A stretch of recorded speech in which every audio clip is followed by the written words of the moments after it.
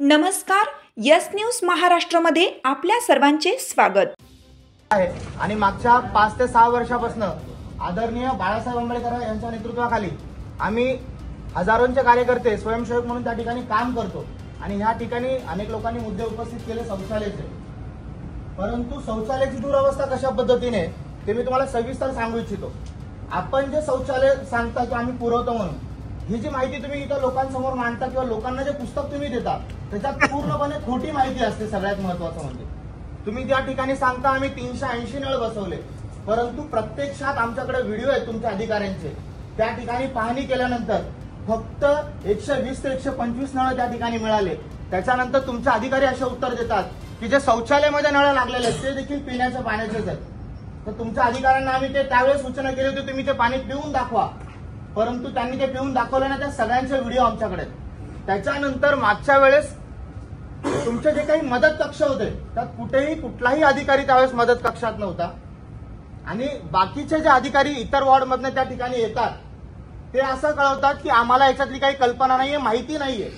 आणि ह्या संबंधित वॉर्डचे अधिकारी त्या ठिकाणावरनं पलायन करतात, पळून जातात। आणि त्याच्यानंतर संघर्ष सुरू होतो तो वंचित बहुजन आघाडीचे कार्यकर्ते आणि पोलिसांमध्ये। आणि हे मागच्या 5 वर्षापासून होत आहे। आम्ही वारंवार तुम्हाला सूचना देतोय, बाळासाहेबांनी देखील पत्र दिलेलं आहे। मागच्या वेळेस आदरणीय सुजाताताई आंबेडकर देखील या नियोजनात सहभागी होते, तरी देखील तुमच्याकडे जाणीवपूर्वक दुर्लक्ष केलं जातं। महिलांमध्ये आणि पुरुषांमध्ये पार्टिशन सुद्धा नसतं, त्याचे पुरावे आहेत। त्याच्यानंतर महिला शौचालयामध्ये पुरुष कर्मचारी काम करत असतो, त्यांचे नशेचे पूर्ण पुरावे आहेत। ते त्या ठिकाणी गांजा पितात, याचे देखील आम्ही तुम्हाला पुरावे दिलेत। आणि जे लास्ट टाइमला पिंक टॉयलेट म्हणून एका संस्थेने पिंक टॉयलेट शिवाजी पार्कमध्ये उभं केलं होतं, ते जाणीवपूर्वक आम्हाला असं वाटतं की आमचा अपमान करण्यासाठी त्या ठिकाणी ते उभं केलं होतं। त्यांचं असं म्हणणं होतं हे पिंक टॉयलेट फक्त कर्मचाऱ्यांसाठी आहे। त्याच्यानंतर वादविवाद झाला आणि ते पिंक टॉयलेट नंतर त्यांनी ओपन केले। आणि ह्या महानगरपालिकेच्या सभागृहामध्ये जवळपास 10 आरोल असतील आता जर आपण शोधले तर। आणि त्या अख्ख्या शिवाजी पार्कमध्ये तुम्ही फक्त 4 आरोल लावता पाण्याचे। हा कुठला न्याय आणि कुठल्या पद्धतीचं तुम्ही नियोजन करताय? आणि पेपरवरती एक दाखवताय, पुस्तकामध्ये एक छापताय, शौचालय तुम्ही 380 दाखवताय आणि प्रत्यक्षात ते नसतातच। आणि या सगळ्या सुविधा पुरवण्यासाठी तुम्हाला 6 डिसेंबरची सकाळी उठून जाते। तुमच्याकडे साधे तिकडे स्टिकर लावायला माणसं नसतात, पुरुषांचे स्टिकर लावायला आणि महिलांचे स्टिकर लावायला एक माणूस तुमच्याकडे नसतो। रात्रभर आम्ही तुमच्याशी वाद घालायचा, विवाद करायचा, त्याच्यानंतर तुमचा एक कर्मचारी येईल, तिथं पाणी नसतं, लाईट नसते, म्हणजे आम्ही वारंवार तुमच्यासोबत वाद करायचा का? आणि तुम्ही जे जेवणाची व्यवस्था केली आहे ते जेवणाचं अन्न आमच्याकडे व्हिडिओ आहे त्याचे, तर फक्त पांढरा आणि पिवळा भात तुम्ही देताय, आमची थट्टा करताय का तुम्ही? त्याच्यापेक्षा आमचा आंबेडकरी अनुयायी इथं सज्ज आहे, तो स्वतः इथल्या अनुयायांना जेवण वाटतो चांगल्या पद्धतीने। तुम्ही आलेला निधी सगळे मिळून मिसळून गडप करताय दिसते त्याच्यामध्ये। आणि नियोजन मंडपामध्ये अर्ध्या वेळेस तर लाईट बंद असते, चार्जिंग लाईट नसते। 5 तारखेला सायंकाळी ते कनेक्शन जोडायला येतात, सीसीटीव्ही पूर्णपणे बंद असतात।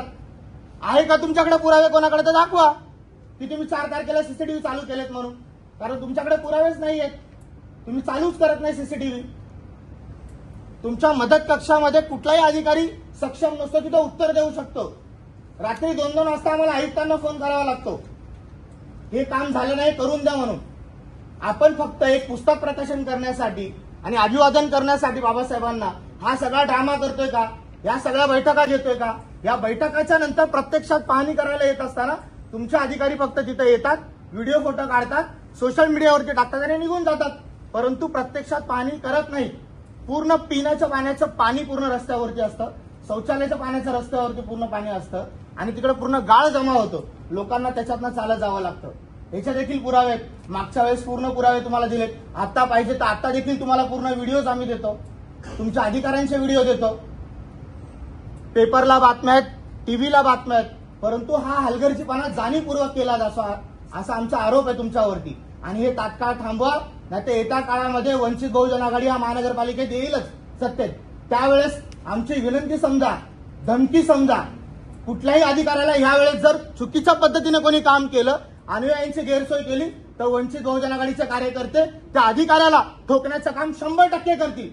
तुम्हाला काय गुन्हा दाखल करायचा, काय कारवाई करायची ते करून घ्या तुम्ही। हा बाळासाहेबांचा आदेश आमच्याकडनं। बाळासाहेबांनी आम्हाला हे सांगितलेलं आहे, यापुढे गैरसोय कुठल्याही पद्धतीची खपवून घेतली जाणार नाही. आणि आम्ही वारंवार तुम्हाला पत्रव्यवहार देखील केलेले आहेत, पुरावे देखील दिलेले आहेत.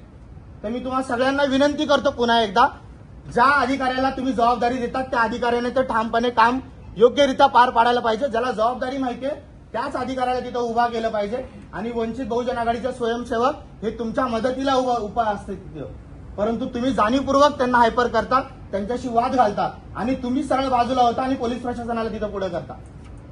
आम्ही त्या दिवसाचं महत्व जाणतो. तो दिवस इथल्या देशभरातल्या बहुजनांसाठी दुःखाचा दिवस आहे, म्हणून आम्ही खूप संयम बाळगतो. परंतु जर तुम्ही इथल्या आंबेडकरी अनुयायांची गैरसोय केली तर वंचित बहुजन आघाडी तुम्हाला सोडणार नाही. एवढंच बोलताना थांबतो. जय भीम, जय भारत. हाक तुमची साथ आमची. यस न्यूज महाराष्ट्र चॅनलला लाईक करा व सबस्क्राईब करायला विसरू नका.